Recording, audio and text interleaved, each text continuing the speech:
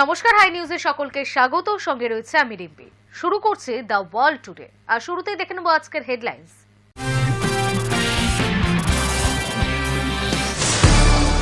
Russia থেকে তেল আমদানি অব্যাহত রাখার কারণে ভারতের ওপর নতুন করে শুল্ক আরোপের ইঙ্গিত দিয়েছে মার্কিন প্রেসিডেন্ট ডোনাল্ড ট্রাম্প।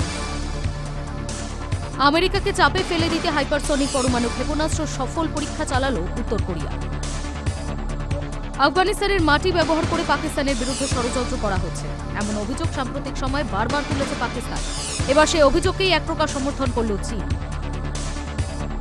জল নেই, বিদ্যুৎ নেই, মার্কিন আতঙ্কে ডুবে ভেনেজুয়েলার রাজধানী। চরম অনিশ্চয়তায় দিন কাটছে ভারতীয়দের।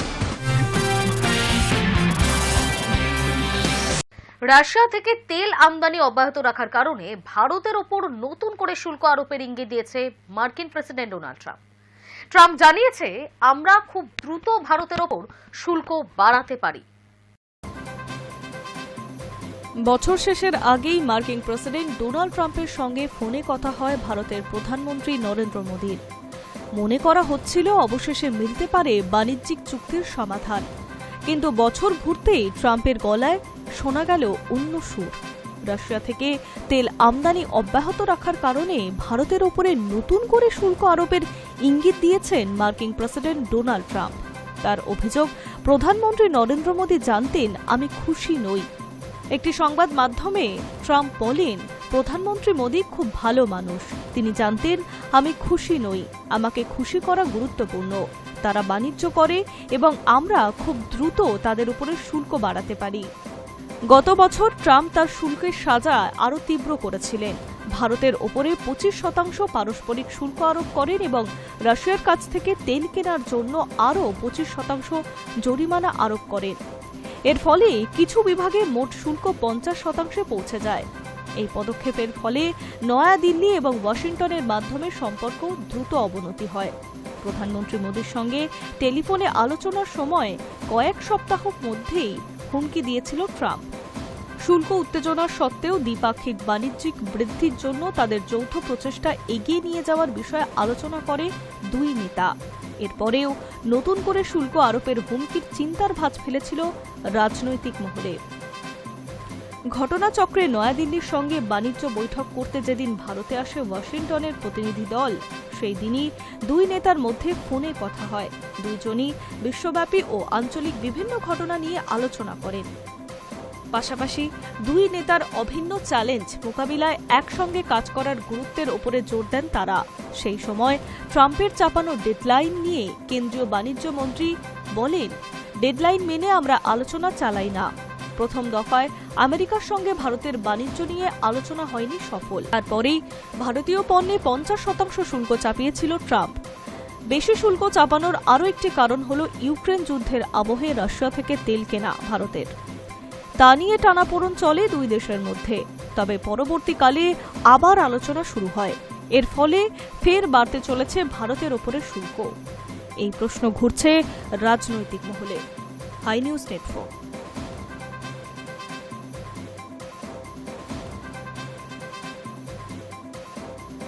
আমেরিকার ভেনেজুয়েলায় হামলা ও সেই দেশের প্রেসিডেন্ট নিকোলাস মাদুরোকে অপহরণ করে জেলবন্দি করার ঘটনায় ডোনাল্ড ট্রাম্প প্রশাসনের বিরুদ্ধে অভিযোগ এনে তীব্র নিন্দা জানিয়েছিল উত্তর কোরিয়া।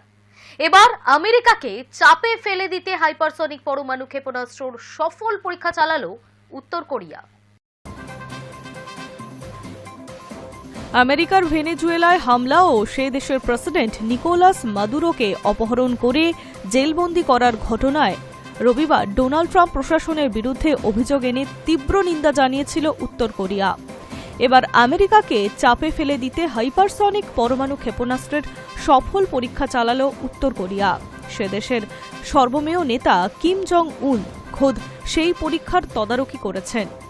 বিশ্ব ভূ রাজনৈতিক প্রেক্ষাপটে উত্তর কোরিয়ার এই পরীক্ষা যথেষ্ট তাৎপর্যপূর্ণ বর্তমান স্নায়ুযুদ্ধের যুগে। উত্তর কোরিয়ার ভেনেজুয়েলার ঘটনাকে সার্বভৌমত্ব গুরুতর লঙ্ঘন বলে আখ্যা দেয় এবং বলেছেন, এতে আবারও আমেরিকার দুষ্কৃতিকারী ও নিষ্ঠুর চরিত্র স্পষ্ট হয়ে উঠছে। দীর্ঘ কয়েক দশক ধরেই উত্তর কোরিয়ার নেতৃত্বে ওয়াশিংটনের সরকার উৎখাতের সম্ভাব্য চেষ্টার বিরুদ্ধে প্রতিরোধ গড়ে তোলার যুক্তিও দেখিয়ে তাদের পারমাণবিক ও ক্ষেপণাস্ত্র কর্মসূচিকে যুক্তির চাবিকাঠিতে মেপে এসেছে। ভেনেজুয়েলার ঘটনার পরপরই সোমবার উত্তর কোরিয়ার নেতা কিম জং উন হাইপারসনিক ক্ষেপণাস্ত্রের পরীক্ষামূলক উড়ান তদারকি করেছেন। সেই দেশের সংবাদ মাধ্যমের দাবি, সাম্প্রতিক ভূরাজনৈতিক সংকট ও জটিল আন্তর্জাতিক পরিস্থিতির প্রেক্ষিতে দেশের পারমাণবিক প্রতিরক্ষা ক্ষমতা আরও জোরদার করার প্রয়োজনীয়তাই এই পরীক্ষার মূল বার্তা। একটি বেসরকারি মাধ্যম সূত্রে এই মহড়ার কথা ঘোষণা করা হয়। এর একদিন আগেই উত্তর কোরিয়ার প্রতিবেশী দেশগুলো একাধিক ব্যালিস্টিক ক্ষেপণাস্ত্র উৎক্ষেপণের বিষয়টি শনাক্ত করার কথাও জানিয়েছিল। এই পরীক্ষা হলো এমন এক সময়ে যখন দক্ষিণ কোরিয়ার প্রেসিডেন্ট লি জে মিয়ং চীনের উদ্দেশ্যে রওনা দেন। বেজিং তার সঙ্গে চীনা প্রেসিডেন্ট শি জিনপিং শীর্ষ বৈঠক হওয়ার কথা ছিল। রবিবার হাইপারসনিক অস্ত্র ব্যবহারের মাধ্যমে চালানো এই মহড়ার উদ্দেশ্য ছিল প্রস্তুতি যাচাই, ক্ষেপণাস্ত্র যুদ্ধবাহিনীর ক্ষমতা ও পরিচালন দক্ষতা বৃদ্ধি এবং দেশের যুদ্ধ প্রতিরোধ ব্যবস্থারও কার্যকারিতা মূল্যায়ন করা। কিম জং উনের বক্তব্য উদ্ধৃত করে কেসিএনএ জানায়, আজকের উৎক্ষেপণ মহড়ার মাধ্যমে আমরা নিশ্চিত করছি যে জাতীয় প্রতিরক্ষার জন্য অত্যন্ত গুরুত্বপূর্ণ একটি প্রযুক্তির কাজ সফলভাবে সম্পন্ন করা হয়েছে। আমাদের সামরিক ক্ষমতা, বিশেষ করে আক্রমণাত্মক অস্ত্র ব্যবস্থা ধারাবাহিকভাবে উন্নত করে যেতে হবে। সংবাদ মাধ্যমটির দাবি, ক্ষেপণাস্ত্রগুলোর উত্তর কোরিয়ার পূর্ব দিকের সাগরে প্রায় 1000 কিলোমিটার দূরের লক্ষ্যবস্তুতে আঘাত হানে। কিম আরও বলেন, সাম্প্রতিক ভূরাজনৈতিক সংকট ও নানা আন্তর্জাতিক পরিস্থিতির কারণে শক্তিশালী ও নির্ভরযোগ্য পারমাণবিক প্রতিরোধ ক্ষমতা বজায় রাখা কিংবা আরও সম্প্রসারণ করা একটি অত্যন্ত গুরুত্বপূর্ণ কৌশল। Hi news network.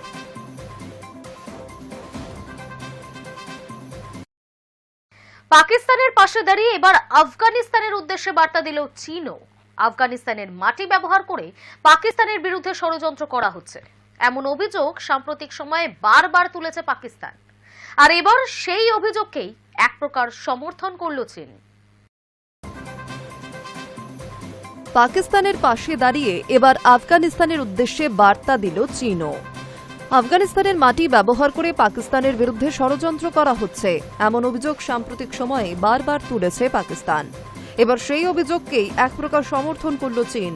রবিবারই পাকিস্তানি বিদেশমন্ত্রী তথা উপপ্রধানমন্ত্রী ইশাক দারের সঙ্গে বৈঠক সেরেছেন চীনা বিদেশমন্ত্রী ওয়াং ই। তারপরেই এই যৌথ বিবৃতি প্রকাশ করল বেজিং এবং ইসলামাবাদ। বিবৃতিতে বিভিন্ন ক্ষেত্রে দ্বিপাক্ষিক সহযোগিতার বার্তার পাশাপাশি উঠে এসেছে আফগানিস্তানের প্রসঙ্গ।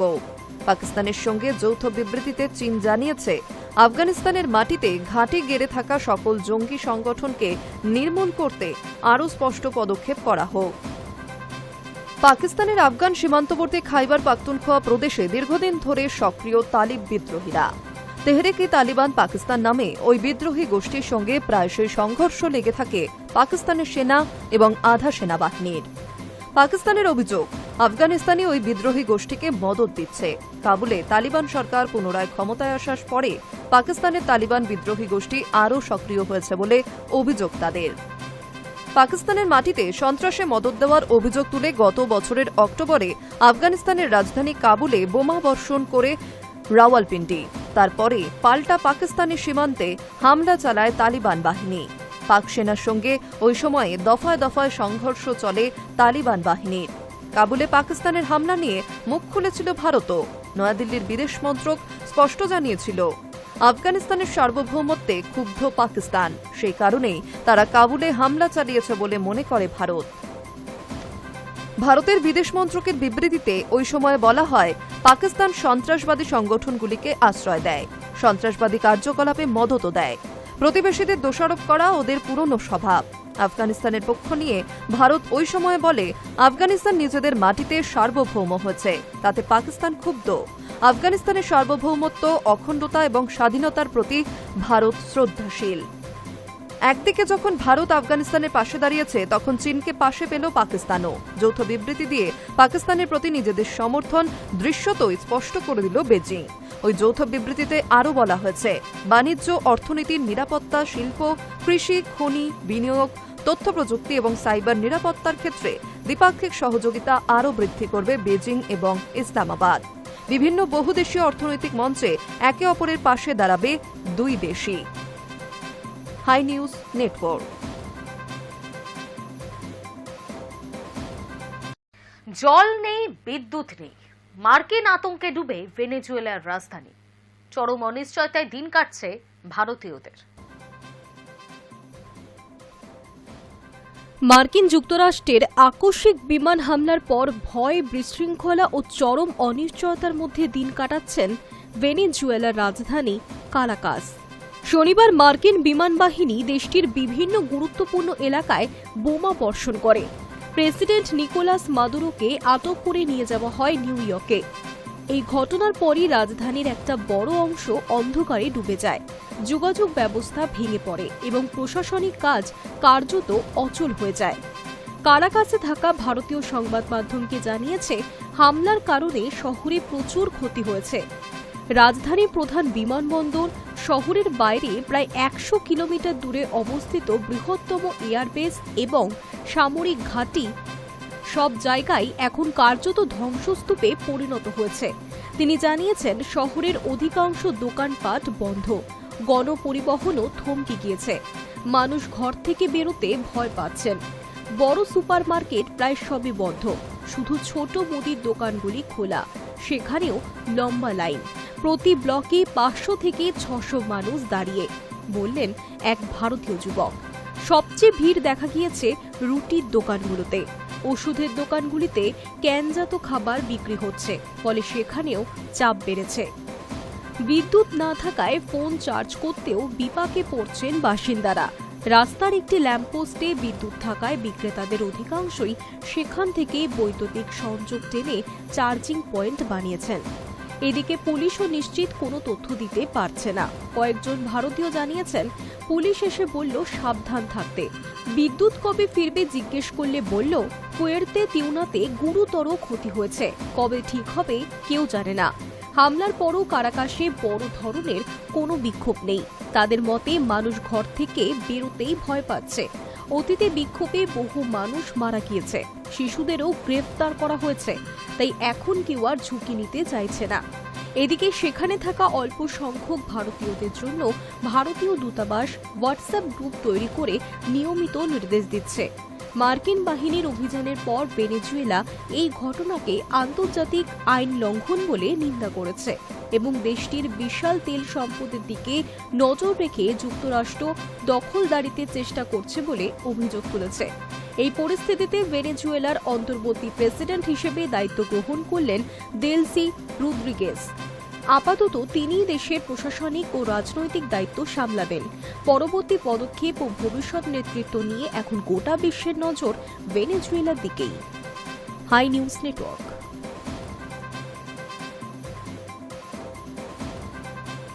মাঝ নদীতে নৌকা ডুবে আফ্রিকার দেশ নাইজেরিয়ায় মৃত্যু হল ২৫ জনের। মর্মান্তিক এই দুর্ঘটনাটি ঘটেছে নাইজেরিয়ার উত্তরাঞ্চলের ইয়োবে স্টেটে। দুর্ঘটনায় এখনও নিখোঁজ ১৪ জন। তাদের খোঁজে নদীতে শুরু হয়েছে তল্লাশি অভিযান। মাঝ নদীতে নৌকা ডুবে আফ্রিকার দেশ নাইজেরিয়ায় মৃত্যু হয়েছে ২৫ জনের। মর্মান্তিক এই দুর্ঘটনাটি ঘটেছে নাইজেরিয়ার উত্তরাঞ্চলের ইয়োবে স্টেটে। দুর্ঘটনায় এখনও নিখোঁজ ১৪ জন। তাদের খোঁজে নদীতে শুরু হয়েছে তল্লাশি অভিযান। জানা গিয়েছে, জিগাওয়া টেস্টের আদিয়ানি শহর থেকে ইয়োবের গার্বি শহরের উদ্দেশ্যে রওনা দিয়েছিল নৌকাটি। নৌকাটিতে ছিল ৫২ জন যাত্রী, যাদের বেশিরভাগই স্থানীয় কৃষক, জেলে ও ব্যবসায়ী। মাঝ নদীতে নৌকায় জল ঢুকে ডুবে যায় সেটি। রাতের অন্ধকারে মর্মান্তিক এই দুর্ঘটনার খবর পেয়ে দ্রুত ঘটনাস্থলে আসে উদ্ধারকারী দল। ১৩ জন যাত্রীকে জীবিত উদ্ধার করা সম্ভব হলেও মৃত্যু হয়েছে ২৫ জনের। নদী থেকে উদ্ধার করা হয়েছে তাদের দেহ। এখন নিখোঁজ ১৪ জনের। তাদের খুঁজে ডুবুরি নামানো হয়েছে নদীতে। উদ্ধার কার্য চলছে। জিগাওয়া টেস্টের পুলিশের তরফে জানানো হয়েছে, নৌকাটিতে বড় সড়ো ফুটো ছিল আগের থাকতেই। তা না সরিয়ে কোনো মতে জোড়াতালি দিয়ে যাত্রী তোলা হচ্ছিল নৌকায়। এরপর মাঝ নদীতে নৌকায় জল ঢুকে যায় এবং তারপর নৌকাটি ডুবে যায়। পাশাপাশি রাতে ফেরি চলাচল নিষিদ্ধ হলেও নিয়মকে বুড়ো আঙুল দেখিয়ে অতিরিক্ত যাত্রী নিয়ে নৌকাটি চলছিল। গোটা ঘটনার তদন্ত শুরু করা হয়েছে। দুর্ঘটনার পর প্রাণে বেঁচে গিয়েছে অভিযুক্ত মাঝিকে গ্রেফতার করা হয়েছে। উল্লেখ্য, নাইজেরিয়ার নৌকা দুর্ঘটনা অবশ্য প্রথমবার নয়। নিরাপত্তা সংক্রান্ত সতর্কতা ছাড়াই নৌকা চালানোর জন্য প্রায়শই দুর্ঘটনা ঘটে থাকে সেখানে। সেপ্টেম্বরের মধ্যে নাইজেরিয়ায় একটি গাছের গুঁড়িতে ধাক্কা খেয়ে অতিরিক্ত যাত্রীবাহী নৌকা ডুবে গেলে কমপক্ষে 60 জনের মৃত্যু হয়েছিল। আর এবার এই ঘটনা। Hi news network.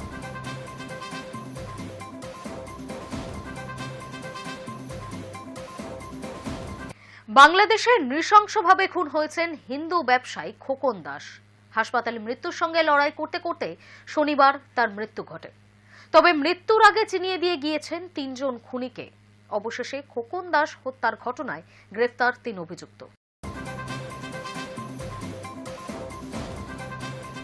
বাংলাদেশে খোকন দাসকে নৃশংসভাবে হত্যার ঘটনায় অবশেষে গ্রেফতার 3 অভিযুক্ত। গোপন সূত্রে খবর পাওয়ার পর কিশোরগঞ্জ এলাকায় অভিযান চালিয়ে পুলিশ 3 জনকে প্রথমে আটক করে। মৃত্যুর আগে খোকন দাস যাদের নাম জানিয়েছিলেন, সেই তথ্যের ভিত্তিতেই এদের বিরুদ্ধে ব্যবস্থা নেওয়া হয়েছে। ধৃতদের নাম সোহাগ, রাব্বি ও পলাশ। তাদের বিরুদ্ধে ইতিমধ্যেই হত্যা মামলা দায়ের করা হয়েছে। র্যাপিড অ্যাকশন ব্যাটালিয়নের 8 ও 14 নম্বর টিমের যৌথ অভিযানে এই গ্রেফতারি সম্ভব হয়েছে। পুরো অভিযানটি পরিচালনা করেছেন কমান্ডার এএসপি শাহজাহান। শরীয়তপুর জেলা পুলিশ সুপার রৌনক জাহান জানিয়েছেন, 50 বছর বয়সী খোকন দাস মৃত্যুর আগে তদন্তকারীদের কাছে তার হামলাকারীদের নাম বলে গিয়েছেন। সেই জবানবন্দিকে ক্লু হিসেবে ধরে তদন্ত এগোনো হয় এবং 3 জনকে শনাক্ত করে গ্রেফতার করা সম্ভব হয়েছে। ঘটনাটি ঘটে গত 31শে ডিসেম্বর। ওই দিন রাত 9:30টার পর ওষুধের ব্যবসায়ী খোকন দাস দোকান বন্ধ করে বাড়ি ফিরছিলেন। রাস্তায় 3 থেকে 4 জন দুষ্কৃতী তাকে ঘিরে ধরে। পুলিশ জানিয়েছে, প্রথমে ধারালো অস্ত্র দিয়ে একাধিকবার কোপানো হয় তাকে। পরে আততায়ীরা বুঝতে পারে খোকন দাস তাদের চিনে ফেলেছে। তখনই তাকে পেট্রোল ঢেলে আগুন লাগিয়ে দেওয়া হয়। স্থানীয় বাসিন্দারাই এগিয়ে এসে গুরুতর অবস্থায় তাকে হাসপাতালে ভর্তি করেন। টানা 3 দিন চিকিৎসার পর শনিবার সকালে মৃত্যু হয় তার। এই ঘটনাকে কেন্দ্র করে বাংলাদেশে সংখ্যালঘু হিন্দু নির্যাতনের তালিকা আরও দীর্ঘ হওয়ায় উদ্বেগ বেড়েছে স্থানীয়দের মধ্যে।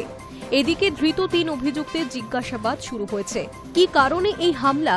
আদৌ কোনো ব্যক্তিগত শত্রুতা ছিল কিনা, নাকি এর পেছনে অন্য কোনো উস্কানি বা পরিকল্পনা রয়েছে? এই সমস্ত প্রশ্নের উত্তর খুঁজছে পুলিশ। খোকন দাসের স্ত্রী সীমা দাস সর্বভারতীয় সংবাদ মাধ্যমকে জানিয়েছেন, তাদের কারোর সঙ্গে কোনো বিরোধ ছিল না। তাই কেন এইভাবে এমন নৃশংস হামলা করা হয়েছে তাও বুঝে উঠতে পারছেন না। তিনি আরও দাবি করেন, হামলাকারীরা মুসলিম এবং তার স্বামী তাদের মধ্যেই 2 জনকে চিনে ফেলেছিলেন বলেই হয়তো আগুন ধরিয়ে দেওয়া হয়। সাম্প্রতিক সময়ে বাংলাদেশের বিভিন্ন অঞ্চলে সংখ্যালঘু হিন্দুদের উপর হামলা, অত্যাচার ও হত্যার ঘটনা বেড়েছে। মানবাধিকার সংগঠনগুলো অভিযোগ তুলেছে যে মোহাম্মদ ইউনূসের নেতৃত্বে গঠিত অন্তর্বর্তী সরকার সংখ্যালঘুদের নিরাপত্তা দিতে ব্যর্থ হয়েছে। যদিও সরকারি কর্মকর্তারা দাবি করছেন, তারা সংখ্যালঘুদের সুরক্ষায় প্রতিশ্রুতিবদ্ধ। Hi news network.